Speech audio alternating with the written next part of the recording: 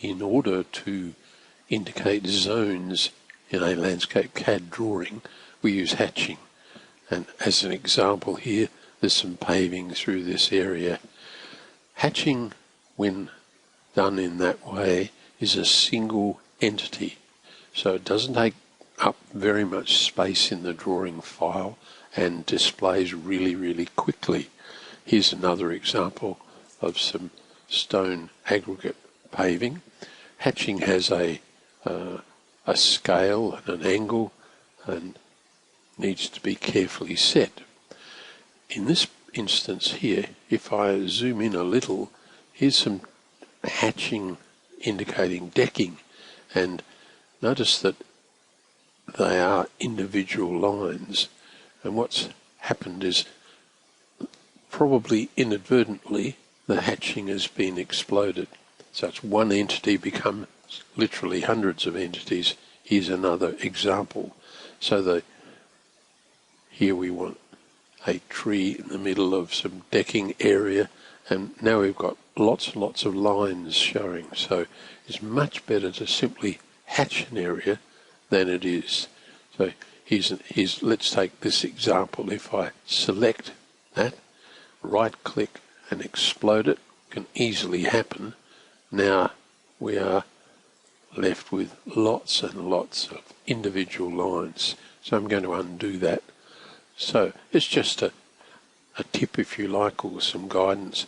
Use hatching wherever possible, but try and inadvertently explode the hatching, because that's going to slow down the performance of your computer and blow out the file size. To check file size, just go to File and File Size here, and that's 1.5 megabytes, and I would suggest we could reduce that probably by 30% just by avoiding that inadvertent exploding of hatching.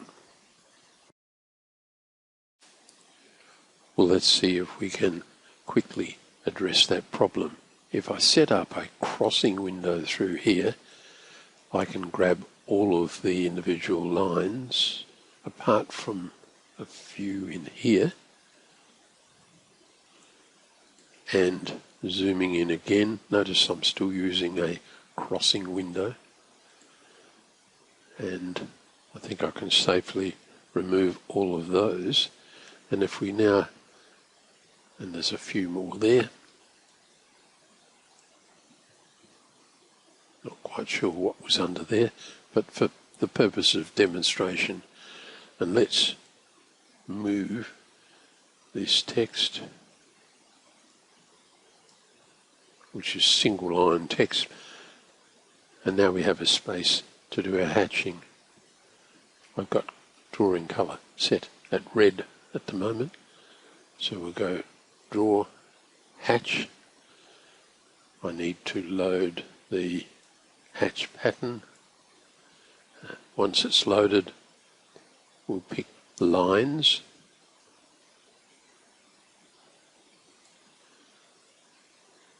parallel lines, not mini lines. That's used for another hatch pattern. And what I'm going to do is pick a point. So if I click here, GCAD Plus will try and radiate out from the point where I've clicked and try and form a boundary for us. And it can't, in fact, do that. So what I would do is just draw a temporary polyline.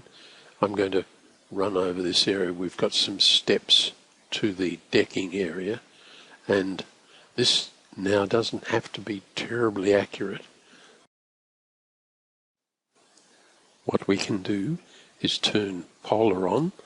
That'll give us tracking either vertically or horizontally, and I've put OSNAP on. And if I go across to my OSNAP settings, so Object Snap is on, and I've turned running endpoint on. So now if we draw a polyline, we know that GCAD Plus will hatch a closed polyline. So we should be able to simply move around the area of interest, not being terribly fussy, because we're going to remove that polyline at a later stage. Just trying to get to the end of that one. You can see that it's gone slightly askew, and I'll say enter closed. Now I could move in here, pick the polyline and just move that one up perpendicular to there, and we now have in fact quite a nice and accurate polyline. So that becomes very easy to hatch it. We'll change our drawing colour to the original 34, and that's done by moving across here. Now we're set, and we can say let's hatch it, draw, hatch. We can either pick a point, which we tried and that did not work, probably because the drawing is too complex. We'll select an entity. This time we can easily pick that closed polyline, hit enter, and up pops the hatch box. You might have to pick lines and parallel lines at that.